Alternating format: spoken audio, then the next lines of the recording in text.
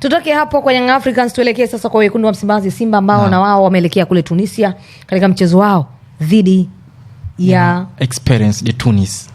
Nyama Simba ana kibarua kizito kiasi hicho, na tukitazama kwa hivi sasa tumeona Simba sajili zake zote walizozifanya katika dirisha dogo la usajili wameondoka nao. Simba ana mfupa mgumu kiasi hicho?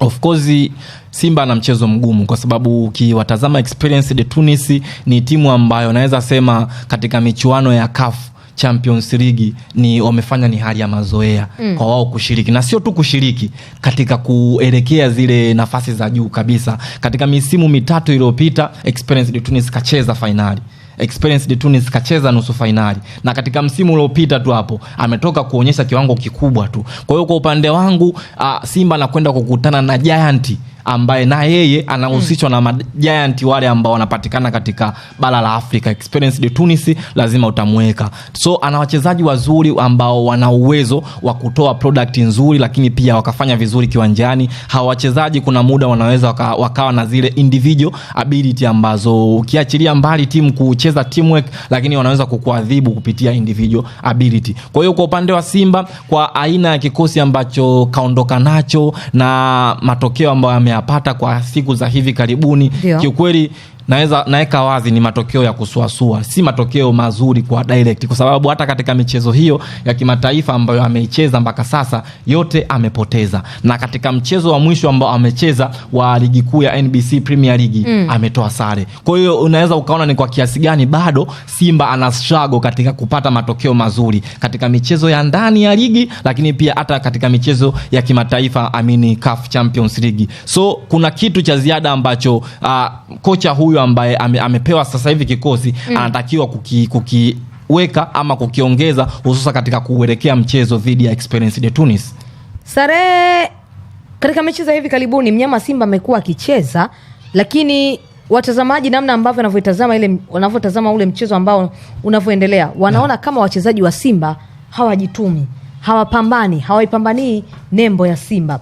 Licha ya mwalimu mpya kuingia, mwalimu Steven Becker, lakini watu wakawa wanasema wachezaji wa Simba wanacheza kawaida sana. Hivi sasa kuna maingizo mapya ambayo yameweza kuingia, wakina Clatous Chota Chama hapa tumeweza kuwaona, wakina Nixon Kibabage. Unaona hali ya ushindani ikiongezeka ndani ya kikosi cha wekundu wa Msimbazi Simba, ama nini kinaenda kubadilika ndani ya Simba ili mradi waweze kupambana, na unaona Simba kitoka katika sehemu hiyo iliyokuepo?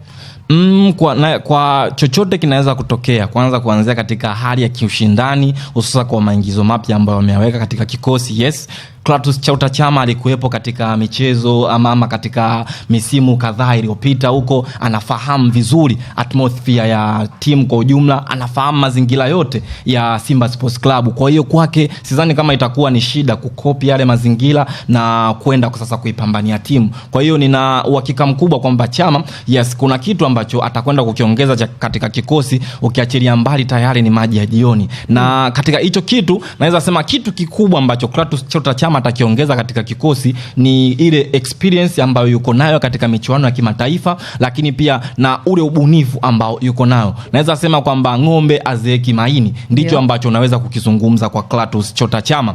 Amekuwa umri umeenda sana, lakini amekuwa akitoa bado product ile, lakini kuna baadhi tu ya vitu ambavyo vinapungua. Sasa ili ukitaka umpate Chama mzuri, Chama ambaye atakwenda kukupa kitu, ni lazima umchezeshe na wachezaji ambao watakwenda kumsapoti ama watakwenda kumpunguzia yale majukumu, na yeye kubakia na jukumu moja mama ambalo atakwenda kulitekeleza kwa asilimia kubwa, na hilo jukumu ni ubunifu katika eneo la mwisho, katika kucreate zile clear chance katika washambuliaji wa kikosi cha Simba Sports Club. Kwa hiyo kwa hapo sina doubt juu ya Clatous Chota Chama. Nixon Kibabage ni mchezaji ambaye amejitanabaisha, ni naweza sema ni mchezaji machachari na sio maridadi. Sio hatari, ni machachari. Of course kwa upande wangu mimi, aliyekuepo na alioingia kwa namna ambavyo palipo bado pengo, naweza kusema liko pale pale kulingana na mchezaji ambaye ameondoka. Mohamed Hussein, of course uwezi ukamfananisha Mohamed Hussein na Nixon Kibabage. Anthony Mligo na Nixon Kibabage. Anthony Mligo na Nixon Kibabage, nitaondoka na Nixon Kibabage.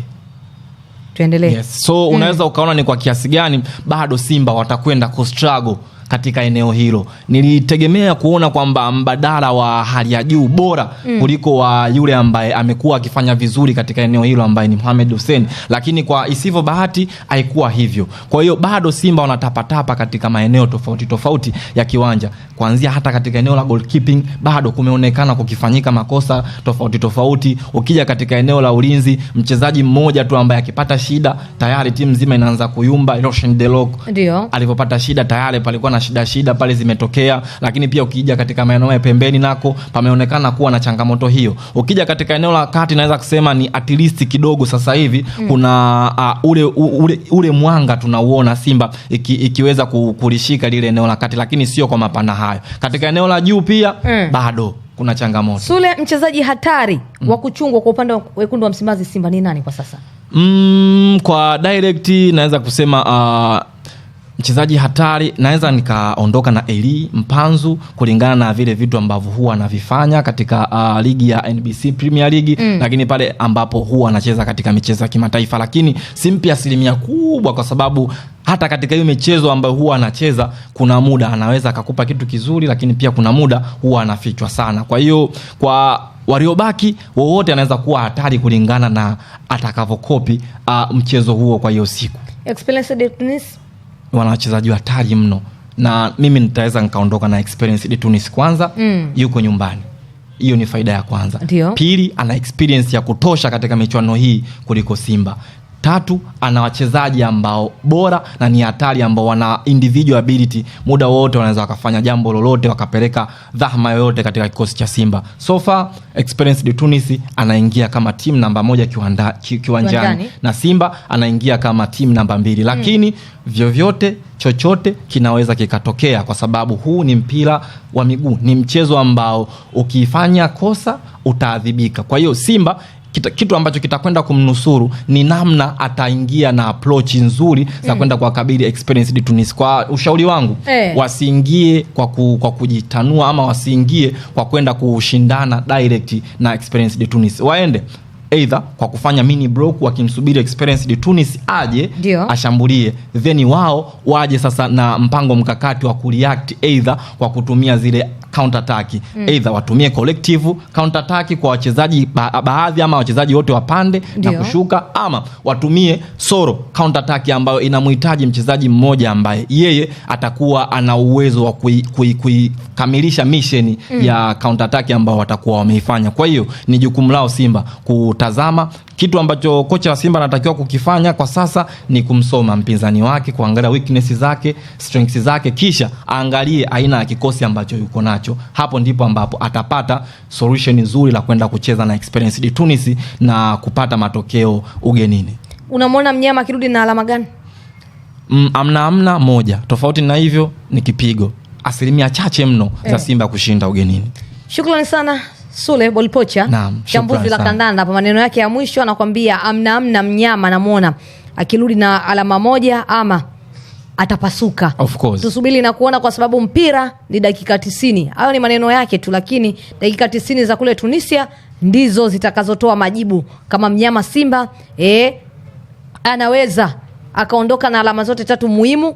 Wenyewe wanatamba hivi sasa mwamba wa Lusaka mwamba mwenye maajabu yake, mwamba mwenye Simba yake amerejea Msimbazi. Tusubiri na kuona. Mimi langu jina ni Mwanaisha Lukali, beki kisiki na machachari Afrika Mashariki na Kati, ambaye anahakikisha na kuletea yote kimichezo ambayo tulikuwa nayo hapa. Nyuma kamera amesimama Sultani Goma, ambaye anasababisha kila kitu kinakwenda vizuri kweli kweli, na leo bwana amepiga msalaba, sijui maua yale mwenyewe anajua.